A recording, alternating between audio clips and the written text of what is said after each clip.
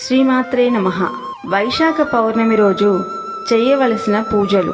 చంద్రుడు విశాఖ నక్షత్రంతో కలిసిన రోజున వైశాఖ మాసం అంటారు. ఈ రోజున ఉపవాసం ఉండి సాయంత్రం సత్యనారాయణ స్వామి వ్రతం చేస్తారు. ఈ వ్రతం ఆచరించడం వలన శ్రీ మహావిష్ణువు ప్రీతి చెంది మనకు సిరి సంపదలను అష్టైశ్వర్యాలను అనుగ్రహిస్తాడు.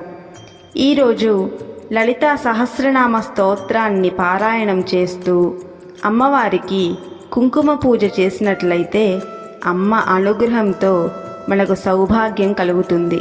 సాయంత్రం పౌర్ణమి చంద్రుణ్ణి చూస్తూ లలితా సహస్రనామ పారాయణం చేయాలి.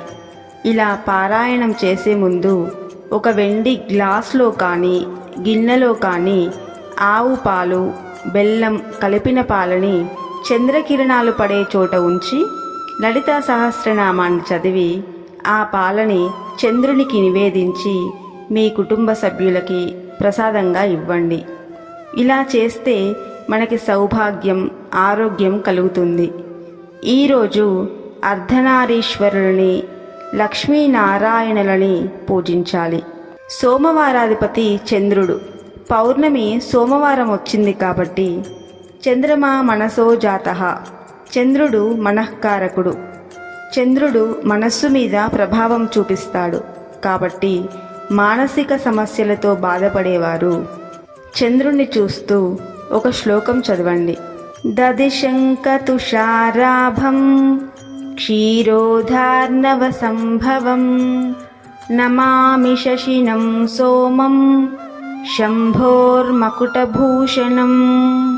ఇలా ఈ శ్లోకాన్ని 10 సార్లు చదువుకోవాలి. ఇలా చదవడం వలన మనస్సు ప్రశాంతంగా ఉంటుంది.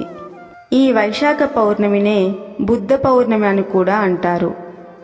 ఈరోజు బుద్ధుడు జన్మించిన రోజు.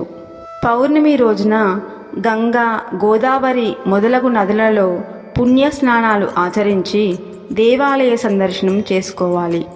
దాన ధర్మాలకు ఈరోజు చాలా మంచిది.